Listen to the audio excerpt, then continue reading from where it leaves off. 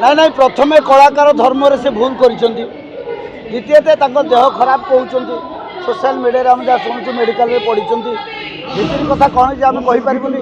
ଏଇଟା କିନ୍ତୁ ଯଦି ଜାଣିଶୁଣି ଗୋଟେ କଳାକାର ଯଦି ମଞ୍ଚ ଛାଡ଼ିକିରି ଜାଣିଶୁଣି ଯଦି ଗୋଟେ କଳାକାର ଘରେ ରହିଥିବ ତାହେଲେ ଏଇଟା ସମ୍ପୂର୍ଣ୍ଣ କଳାକାରର ହିଁ ଭୁଲ। ନମସ୍କାର, ଜୟ ଜଗନ୍ନାଥ।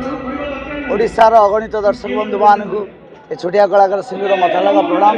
ଏଇଟା ହେଉଛି ଖଣ୍ଡଗିରି ମହାସମାରୋହ ମହାକୁମ୍ଭ ମେଳା। ଏ କୁମ୍ଭ ମେଳାରେ ଓଡ଼ିଶାର ଗଳିକନ୍ଦିର ଦର୍ଶକ ବନ୍ଧୁମାନେ ଏଇଠି ଯାତ୍ରାଟାକୁ ଏମିତି ଭାବରେ ଉପଭୋଗ କରନ୍ତି ଆଉ ପରଖନ୍ତି, ଭଲ ପାଆନ୍ତି। ସେ ଭଲ ପାଇବାଟା ହିଁ କଳାକାରଙ୍କୁ ବଞ୍ଚେଇ ରଖେ। ମାନେ ଠିକ୍ ସେକେଣ୍ଡ ପର୍ଯ୍ୟାୟରେ ଠିକ୍ଠାକ୍ ଚାଲିଥିଲା। ଏଇ 2 ଦିନ ହେଲା ବିବାଦ କାହିଁକି କଳାକାରଙ୍କ ପାଇଁ ଏମିତି ବିବାଦ ସୃଷ୍ଟି ହେଉଛି କ'ଣ ପାଇଁ?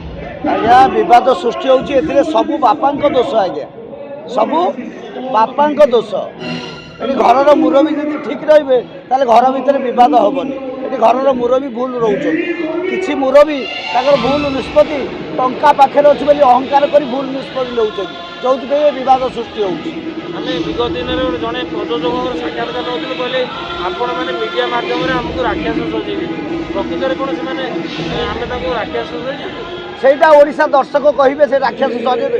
ଆପଣ ସୋସିଆଲ ମିଡ଼ିଆରେ ଯେଉଁ ମେସେଜ୍ ଆପଣମାନେ ଦେଉଛନ୍ତି ଦର୍ଶକ ବନ୍ଧୁମାନଙ୍କୁ, ସିଏ ତା'ର ଉତ୍ତରଟା ରଖୁଛନ୍ତି କମେଣ୍ଟ ମାଧ୍ୟମରେ। ସେଇଟା ଗୋଟେ ଭଲ ବି ନଜର ଦିଅନ୍ତୁ, କିଏ ରାକ୍ଷସ ଆଉ କିଏ ଭଲ।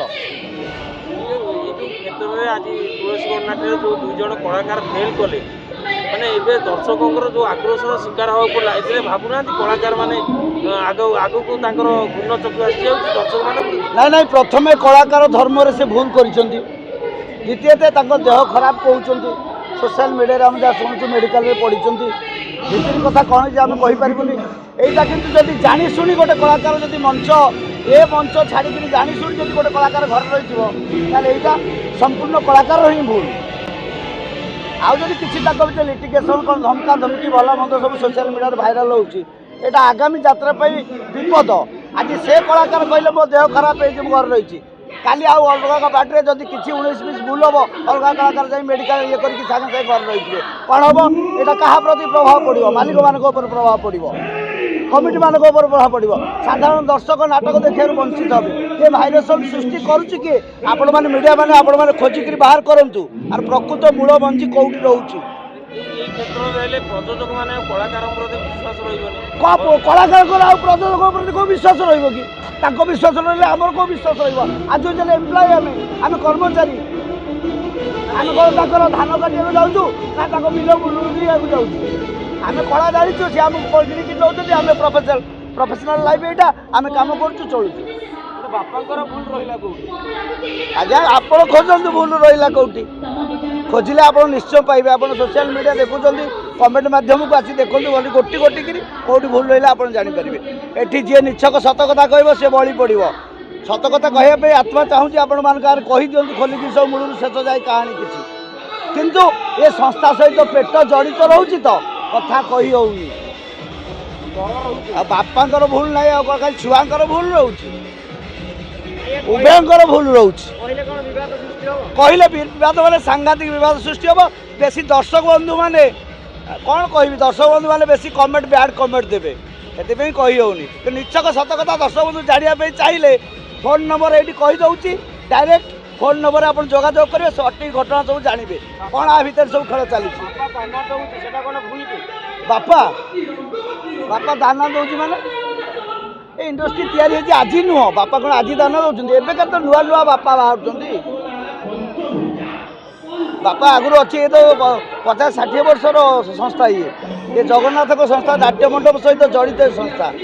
ଆଜି ଏ ବାପା ବନ୍ଦ କରିଦେଲେ କାଲି ଆଉ କେଉଁ ବାପା ବାହାରିବେ? ଦାନା ଦେବା ପାଇଁ ଅନେକ ଲୋକ ଅଛନ୍ତି ସୃଷ୍ଟିରେ। ଆଜ୍ଞା, ସବୁ ବାପାଙ୍କର ଭୁଲ ରହୁଛି ନା? ନାଇଁ, ସବୁ ବାପା କେବେ ଭୁଲ କରନ୍ତିନି। ସବୁ ବାପା କେବେ ଭୁଲ କରନ୍ତିନି।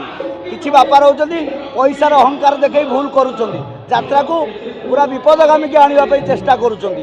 ଆଜି ସିଏ ମେଡ଼ିକାଲ ସାର୍ଟିଫିକେଟ୍ ଦେଇକି ମେଡ଼ିକାଲ ଟ୍ରିଟମେଣ୍ଟ କରି ରହିଗଲେ, କାଲି ଆଉ ଅଲଗା କଳାକାର ଯଦି ତାଙ୍କର କାହାର ଲିଟିଗେସନ୍ ଥିବ କି ମାଲିକ ସହିତ କିଛି ଦ୍ୱନ୍ଦ୍ୱ ଥିବ, ସିଏ ମେଡ଼ିକାଲ କରି ଘରେ ରହିଯିବେ। ଏଠି ପ୍ରଭାବ ଦର୍ଶକଙ୍କ ଉପରେ ପଡ଼ୁଛି, କିନ୍ତୁ ଦର୍ଶକ ବନ୍ଧୁମାନେ କିଛି ବୁଝିପାରୁନାହାନ୍ତି।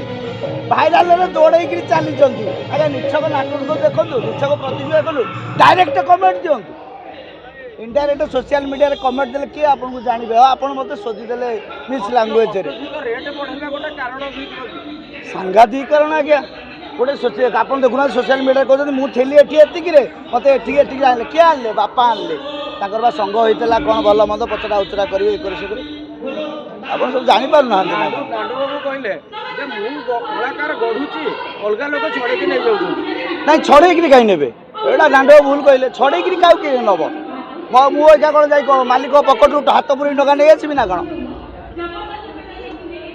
मोर मत मोर मालिक सहित टर्म है कमिटमेंट है राजी है मुझे पैसा उठेली मोर इच्छा है न रही कलाकार को बांधिक गोटे जगह रखिपारे मालिक मैंने आज से कलाकार से काली से रही ग्यारंटी ना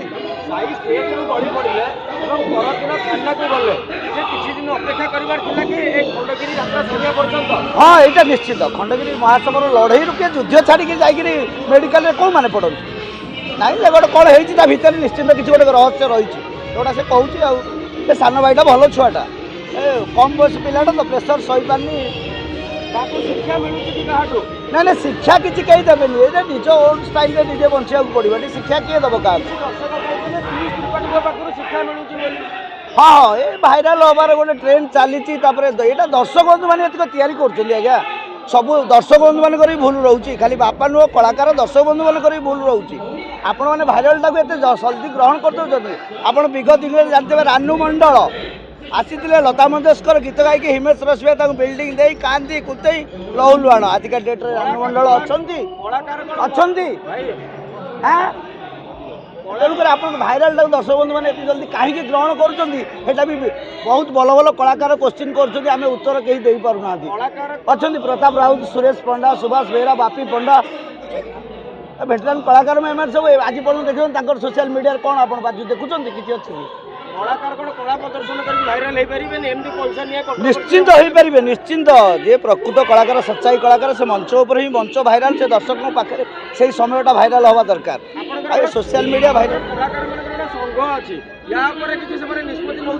किसी कार संग ना जनकर संग होची से होची जगा तारी संग होची तारी संग को पास करंतु आगो आ किसी काहारी संग नाही नथिंग अलर्ट नथिंग नथिंग किसी काहारी संग नाही गोटे संग होची जगार ऊपर वाला जे जेट आखिरे अनै देखुची तारी संग होची तारी पाखुर आगो मुकुळंतु कलाकार संग नाही हां छी किसी को संग कौन करिवो एटा गोटे प्राइवेट संस्था ये संघ कौन कर किए कौन कर मालिक आप कह मालिक आज चाहिए पार्टी बंद करदे आ किए गोटे मालिक बाहर कलाकार से जी कौन अच्छी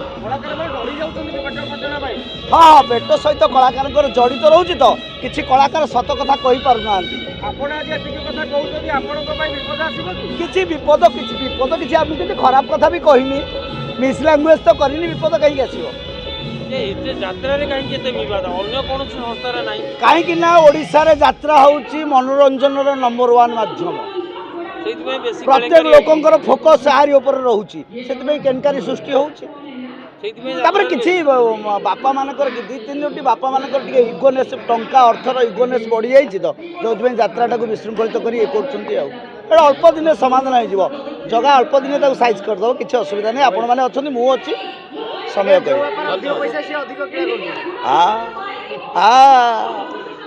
धन्यवाद जय जगन्नाथ।